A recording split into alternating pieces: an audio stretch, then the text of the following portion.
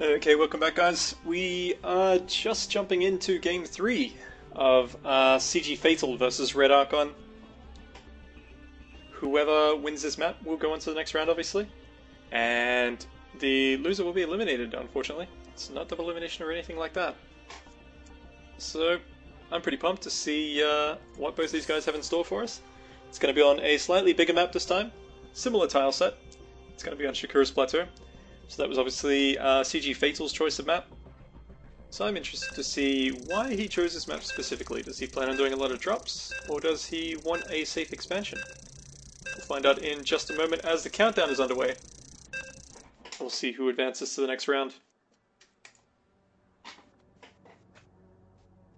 I want to see another game like that last one. That was really cool. I really like it when one player will go for a completely wild opening, like a 1-Rex fake gas reactor expand sort of thing, like we saw from this guy, CGFatal, the green Terran, in the last game. But on the other hand, down here we did see the red Terran, RedArchon, go for that kind of crazy delayed expansion, very, very delayed expansion, one base tank marine Viking style, into some late Banshees. And the timing of that Banshee was actually really good, right? Because it wasn't in within the timing that your opponent would usually scan or scout or try to identify whether or not you're going Banshees. He delayed it specifically so that his opponent would scout that it wasn't happening and then not react to it. So that by the time the Banshee did arrive, and it did have Cloak, it was in a position to do maximum damage because there were no turrets, there were mules on the field and all that sort of stuff, so there weren't any scans available. And of course, Fatal's army was like all the way across the map. It was right outside RedArchon's base when the Banshee arrived. So the Banshee was able to do so much damage. I think it picked up about 14 kills by the end. Pretty impressive Banshee control there by RedArchon. So we'll have to see if he plans on doing something similar in this game, or if he's going to do what I've seen from him as being his standard style, more of a Marine, Marauder, Medivac style, where he just has like so much multitasking behind him. Lots of drops, lots of micro, lots of map control. Funny to hear the words map control used in Terran Terran when usually the tank count from the opponent dictates that. But I've seen a lot of games where RedArchon just somehow marches into a battle that you look at it and you're like, oh, what is he doing? There's no way he can beat that many tanks. And somehow he just steamrolls it. I think the guy just has a lot of skill and a lot of experience in breaking those siege lines. So we'll see if he goes for that style again. His build order certainly lends to the fact that he might be going for a bit of a standard opening. We did see him get that 14 gas, and he's gotten his barracks after the gas, of course, not before. Or I should say, sorry, before the gas, not after. And yeah, so no factory on the way for either player, both going for that standard opener once again. We'll see if Fatal... No, he's not doing that reactor trick again. He's still harvesting gas, and we do see him at 100 gas now, so we'll most likely see this SCV right here constructing a factory in just a moment. What are you going to do, buddy? You going to build a factory right here? Anywhere here? Looks like he's going to hide it. Okay, he's hiding it. I wonder what this means. And whoa, look at this! Tech lab on that barracks, allowing a Reaper to be produced by RedArchon. I wonder what he's planning on doing with this Reaper. Obviously he's going to get some good scouting information, but he might have a chance. I don't know if it will actually time out correctly. Let's see, 20...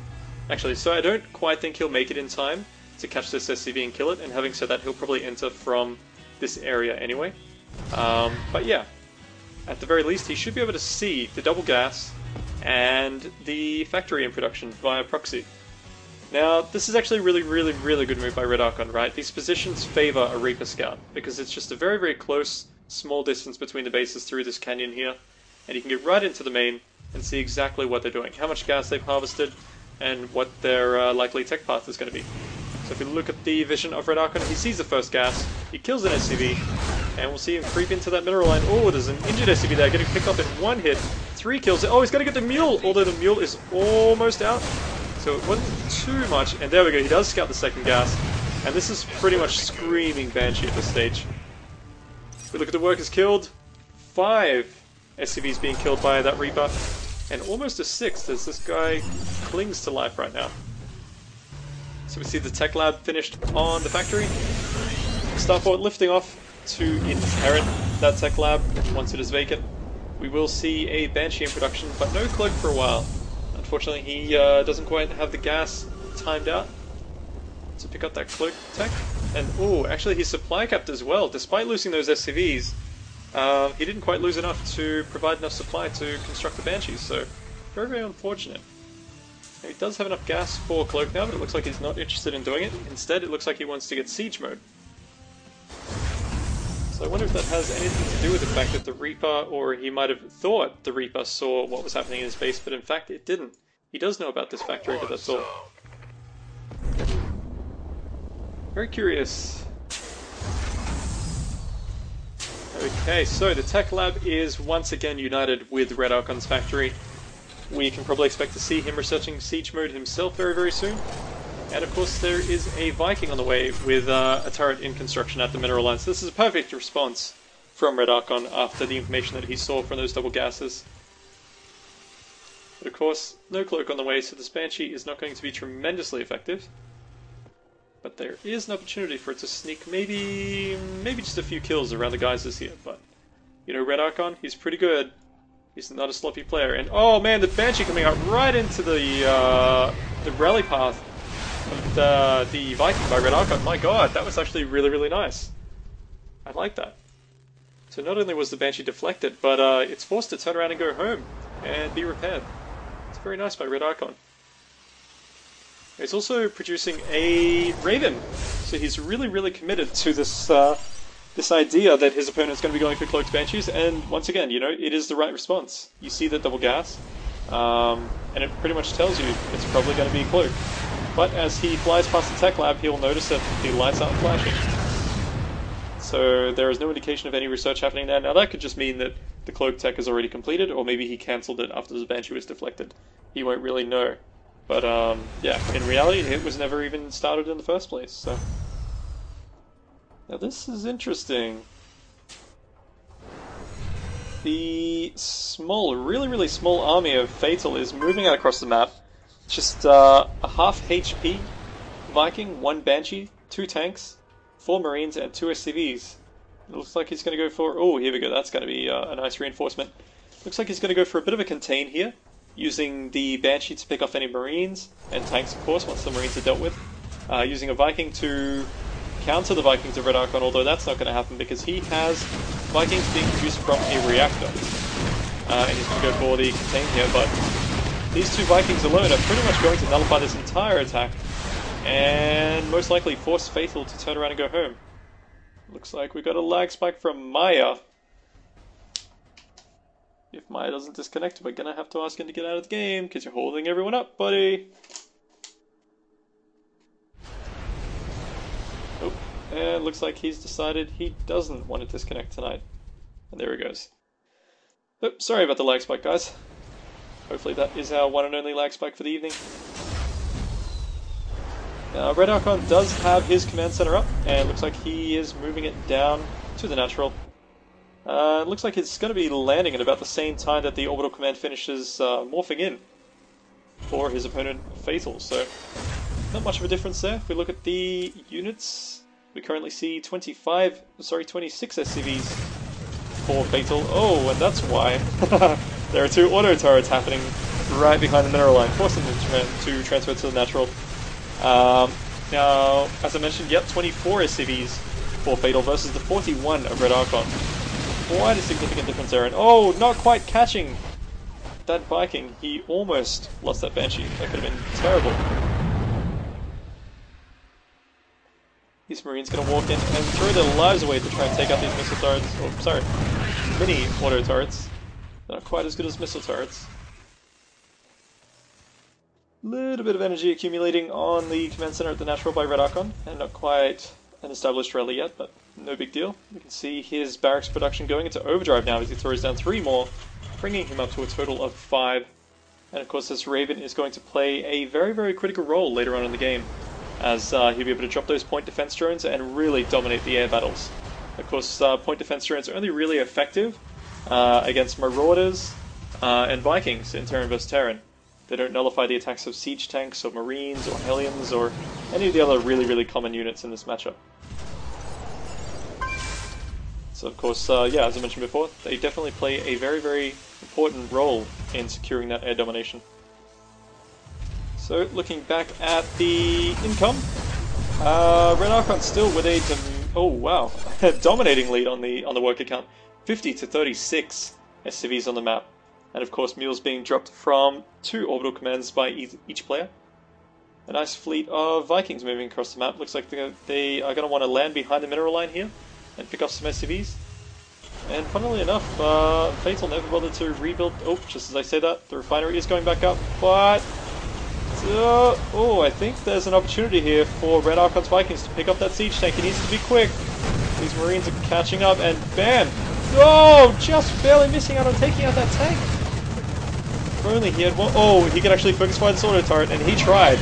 We saw him selecting that auto turret and attacking toward the tank for a brief moment, but Fatal cleverly moving it back before it could be taken down. Very, very close there. And I'm liking this this cool Viking auto turret harass from RedArchon. It's very smooth.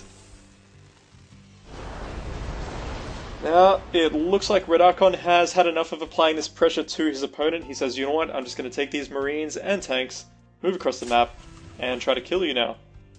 But having said that, these 2 Banshees are actually going to play a pretty big role in this. There is those 5 Vikings on the map, as I said, but if he can be very, very sneaky with these Banshees, he might be able to kind of zip around the side, pick off reinforcements as they stream across the map, maybe pick off a tank or 2 here and there. It's going to be very, very, very difficult for him, though. And RedArchon, just barely misses scouting this command center here. Looks like he's going to find out about it in just a moment. The vision is just so close. It looks like he actually wants to siege up outside the natural, and whoa! Fatal getting the really, really good siege position first. These Vikings providing great vision, but most of the Marines of RedArchon are already on low HP. Just one tank going to town on everything down here. Look at the tank count for Fatal. He is sitting on 5 tanks against... 6 tanks, sorry. Against the 3 of RedArchon. Interesting little dance here by the Vikings. One of them choosing not to participate. That's not very fun. And wow, the gas of Fatal really being denied in this game. I really like it. He did take this one out earlier. And once again, taking out both of the gases at the natural. And actually, inherently, denying the gases up here without even knowing about it. And whoa, Fatal nearly losing 2 tanks. Oh god, he doesn't have the vision. He sieges up within range, but he has absolutely nothing to spot for him. Oh, and another tank could go down here. Another 2 tanks just barely making it away with 13 HP. And it looks like RedArchon has really secured a strong position here. If we look back at his main, he has a huge number of Marines in production. And I think now, just as I say that, I was going to say he should, now would be the time to go for a drop in the main, but as we look over here, it's already happening. RedArchon playing faster than I can even think. Very impressive to see.